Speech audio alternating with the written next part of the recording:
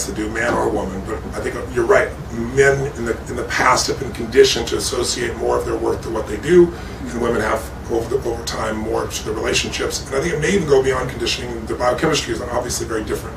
Every man and every woman has both male and female energy in them, so does every woman. But most people have a tendency to have one that's stronger. And so the answer to that is you have to become a creator instead of just a hunter. If you're a hunter and you get what you want, rarely are you happy anyway. That's what most men do.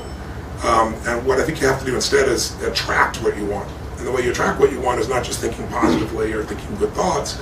It's getting really specific about what it is you want, like anything in life. Almost anything you've ever achieved in your life, you got really clear. Something you got excited about, you got obsessed by, you thought about it. Almost everybody can relate to something I wanted so bad I couldn't stop thinking about it. And because you kept thinking about it, and if you didn't come to a place of fear, you hear things, you notice things, you started making distinctions, ideas came to you, put together a plan, you took some action, something didn't work, you tried something else. But you eventually got there because you were so driven, so hungry, and so clear. But if you got a general goal, like I want to have a relationship so that I can be worthwhile, or I want to lose some weight, I want to make some money, well fine, here's $1, fine, here's a guy, fine, lose a pound, and you just achieved your goal. So I think people have to get really specific. And what I did in my own life that transformed my own life is I sat down and I wrote down everything I could possibly want in a relationship. Everything. And I was ridiculous in the level of precision. I wrote like 6 pages. And I wrote spiritually, mentally, emotionally, physically, sense of humor, how we'd interact, what kind of things we'd laugh about, do. I mean, that level of insanity. And then, but some people made lists like that before. Then I went through and I crossed out everything that wasn't really a must. That wasn't really I was passionate about, right? And that trimmed the list down. Then I said, I'm going to read this every day. I'm going to feed my mind, but I got to understand something. Just because I want something, I'm not a believer. I didn't participate in The Secret for a very good reason, because I don't believe in The Secret. I think there's many secrets. And I believe the law of attraction is one of them. I've taught it for years, but it isn't. To make it like that's all of life is absurd. If all you have to do is think positively and hold it clearly, and then the secret is you'll attract your own thoughts, there are dozens and dozens of the laws in life that are also equally important. And who's to say that you're supposed to think of something and get it? If everything you thought about you got, you'd be bored out of your mind. Plus, not getting what you want is sometimes the most valuable thing that could ever happen to you. Because out of that, you become deeper, richer, stronger. You open up in a different level. And now you have more to give to other people as well as to give to yourself. Somebody who says, I had a friend that was, I was mentioning this the other day, who when The Secret first came out, and it's a good friend of mine, he goes, some of the stuff you teach is more complex. This is so simple. That's what I like. It's really simple. I said, well, if you want simple, just go do it. Tell me how it's working. He said, well, I focused on green lights all the way here, and I got green lights all the way here. And I said, what are you going to do when you get red lights? You going to blame yourself? You think I'm not thinking positively enough? I said, you're going to say, oh, I'm messed up? And I said, that's just stupid. I said, you know what it is? It's like, are you saying the people that were in Auschwitz were there because they just weren't thinking positive enough and they attracted all this negativity to their life? That's absurd. We all have different life paths and different stages of our path, and each stage opens up different possibilities for us. So I'm a big believer that you have to put yourself in a position where you decide not only what you want, but who do you have to become to attract that, not just think positive. So it's like, I made a list of all the things what kind of man would I have to be for a woman of that caliber to want to be with me, not just for a day, a week, a month, or a year, but the rest of my life. And that was the powerful list. And that's what I went to work on instead of going after the woman. Because, man chases women, women move. I was always the nice guy, so all the women loved me, and I was a big pleaser, and they'd love me for a while, and they'd be like, he's just so nice, and then some badass guy would get him, right? But when I owned myself, I didn't have to be a badass guy, and I wasn't a nice guy. Everyone wants to be pleased, but no one wants a pleaser, right? They might think they want him, but once they get him, they'll be bored silly with him. So when I owned myself, and I knew who I was as a man, and I had these qualities, then, attracting the woman of my dreams was my wife for 12 years now since, and I'm out of my mind for still, she's out of mind for me. That came about. So then all I did was read those every day for several months, and then gradually I started reading them like once every week or two. And I was in a train between, going to the Swiss Alps between Paris and Venice with my wife Sage, who was my girlfriend at the time, or actually one of my girlfriends at the time. And I was a very honest man about that. I said, I'm not looking to be tied down. I've been in that situation. And we were doing things, we were so in sync, and I said, wait a second. And I said, and I pulled out, I used to, have like a little time planner in those days, and I read it to her, and everything on the list I wanted she was, everything I didn't want. I had a list of what I didn't want also, I should mention that, because sometimes you get everything you want, and then you get a few things you don't want, and they mess up everything else. Everything I want, everything I didn't want that was a must, and she was everything on it. The kind of guy that I said that I would commit to being is who I was, and that's everything she wanted. I'm talking about love and passion. Remember when we talked about this the other day? I said, think about a relationship where you have unbelievable love for this person and you constantly are starving, hungry for each other intimately as well. Make the sound of what that sounds like in your body when you have love and passion. Go nice and loud, come on. Oh, come on, has it been that long? Make the sound of a relationship where there's lots of love but not enough passion. Make that sound. See, when you talk about a relationship with love but not enough passion, it doesn't seem like that big a deal. But sound is a great way to calibrate what's really happening in your nervous system. What I found in my life for years, I had a relationship with someone who was a great lady, and we had tons of love, but very little passion, and I wanted more passion. But I didn't understand what the triggers were. I didn't understand the differences in values and rules. I didn't know how to shift anything. Nobody teach you this. And so I'd be in this experience where it's like, wow, you know, I remember being on stage vividly in a room that would have been my ultimate years before. It was at the Continental Center in New York City. There were 13,000 people in the room, 12,000 something hundred, almost 13,000 people. And I was doing my gig, and we were rocking. Like what we're doing here with 5,000, imagine 13,000. And we were going full tilt with a level of intensity. It was unbelievable, and people were out of their mind. And during one of the stretch breaks, one of my partners came up and told me my company had gone public that morning, and that's the morning where my stock alone was worth $400 million. So he's Tony, you just made $400 million this morning while you're doing what you love. And I was like, shit, good morning. You know, it was a great morning. But you know what was interesting? It was really great. It was like, wow, that's wonderful. And then what I really want to do is get right back into what I loved. It didn't, like it was a cool thing, but it didn't change my life. But the biggest thing is the end of that night, I'm connecting people, high-fiving, signing, hugging people, and it's just a beautiful day. And I get home, and I'd made $400 million. I've been with almost 13,000 people. I'd done what I loved. I was on fire and alive, and I went home, and I was miserable. Because when I went home, the person I was with wanted me to be something different than what I was. Kind of like, that's why I understood Sarah May. Sarah May was trying to be something she thinks people want or people are expecting from her, but it's not her. So the person I was in a relationship with when she met me, he's like, God, he's unbelievable. He's this powerful force of nature. He can shake a building with people and move people. And then it was like, why are you so fucking loud?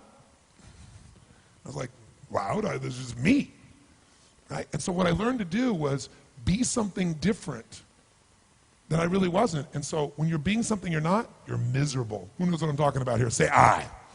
And I'm such a lover. I love people. I never want somebody to not be happy. So I would always sacrifice everything to try to make somebody happy, but by not being who I was. There was nothing wrong with her. I was just miserable because I didn't understand the game. When I finally figured this process out, and by the way, guess how I did it? I interviewed people. I had a couple guy was 92, woman's 89, came to my Date with Destiny seminar, and these two were physically all over each other all the time. I mean, so much so it was like, get a room.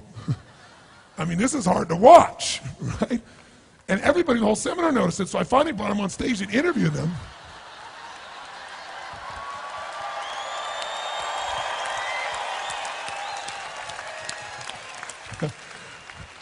Shit, they're young punks in their 60s. So I bring this 92-year-old man, this 89-year-old woman up, and I said, I got to interview you guys. So I'm interviewing them. I said to him, I said, tell me something.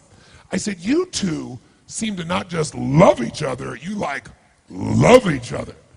And they went, oh yeah. I mean, you're rather physical, aren't you? They said, oh yes, we love to be together. I said, and you guys have intimate relations? Oh yes, every day. Every day? Sometimes several times a day, the woman says. No exaggeration. And they were so adorable, and they were all of each other, hugging each other, grabbing each other, touching each other. And I said to him, I said, okay, there are a lot of people that think when you're together 3, 4, 5, 10 years, there's nothing new. They said, nothing new. They just aren't being flexible enough. They're not trying new things. I said, well, tell me something. What's your belief about, how do you stay intimate? The woman says, well, you can't just talk. You got to touch. And she said, touch lots of things. And she's so adorable. And so I said, so you guys have this passion all the time? Yeah. And I said, what's your belief? And he said, well, we believe that it's never boring Because we believe there's nothing ugly between two people who love each other, nothing dirty between two people who love each other. She said, yeah, here's our rule.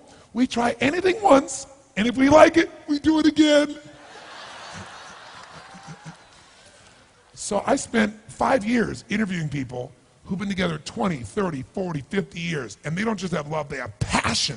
They're not hanging out, they love each other, and it changed the game for me. And the biggest change in my life, I would give up everything in my life without no exaggeration, no hyperbole, everything I've ever learned, everything I've ever done for the relationship I have with my sage.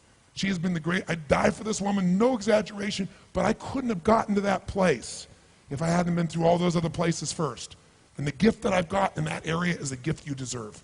And anybody can have it. You could be with somebody together for 10 years and you could reignite it because you just didn't know the triggers. Or some of you may find that you're in a relationship where truthfully, you are nothing in common. You're just scared shitless to end it because you're afraid of being alone. But there's a way to do this in a way where things can be elegant, but you can be free and you can bring to your life what you deserve. I tell people one thing. If you're not happy in your intimate relationship, you're not fucking happy. Because I don't give a shit how hard you work. I don't care how much money you make, how many trophies you get. In the end, if you don't have that aliveness and passion, a part of you is dead inside. And it doesn't have to be that way. And I got to tell you something. Some of you may have seen some of the films of the people I've turned around who hate each other, want to kill each other, been together forever, have no attraction. And we don't just change them in that moment. We follow up. You see them a year later, 2 years later, 5 years later. They never go back because we rewire it. And Date with Destiny. Oh, I got some people who graduate Date with Destiny. Wow. Some grads of Date with Destiny here. Date with Destiny is that program I described this morning when I was talking about Dickens and I talked about going to Fiji and I had that process of coming up with that process. Well, I turned that into a 5.5-day process that what Date with Destiny does is it basically, we worked our tail off here. You got to use a lot of physical energy to deal with your beliefs. Your values, you'll never get through with physical energy. You have to know, it's almost like a puzzle. You have to know exactly what thing triggers what feeling, triggers what emotion. And until you know that, you're at the effect of everything in your life. What Date with Destiny does is it helps you get a plan for your life. Not a plan like scribbling it out, I have to live a certain way, but you begin to see how to take the different parts of you that have inner conflicts and align those parts so you're pulled exactly where you want to go. It is by far the most powerful thing I do, bar none. And the experience in those 5.5 days is like nothing you've experienced in your life because you're going to discover and basically learn how to trigger everything that controls every thought, every feeling, emotion in your life. And after about 4.5 days of doing this, where you now have complete mastery over your own life, then we bring an intimate relationship into it. Because what happens is, you get somebody that really has problems, and they put them with somebody else who loves them, who also have problems, you got big problems. Once you got yourself wired, now you can figure out how to create a relationship at the level you want. So, here's what I want you to know. How many of you would like to go to the next level of this process? Say aye. Then you got to deal with the two issues that always show up, time and money. Here's what I'll do. I'll handle the money side from my guarantee. You can go to anything I teach, half of it, if in your judgment it isn't the best frickin' thing you've ever done in your life, so you don't have to wonder, like, is his weekend the most he can do? This is nothing compared to where we're going. But you be the judge. You can get it all back. So you can go home if you decide to do this and tell somebody, I'm going to steal from him. I'm going to go half the program and take it all for free. You won't. It'll transform you. So that's number one. So you don't have to have any fear or wondering, is it worth it to you, or am I taking a financial risk? Zero financial risk. But you're going to have to come up with figuring out how to change and get through the time. School teachers, owners of businesses, whatever. But what I'll tell you is, it'll transform your life. This is the time you make an investment in yourself that'll go beyond anything you can imagine. Let me tell you about Date with Destiny. Here's what I'll tell you. Go. Go. Trust. If you trust me at all, if I did not betray your trust here, tell you, go.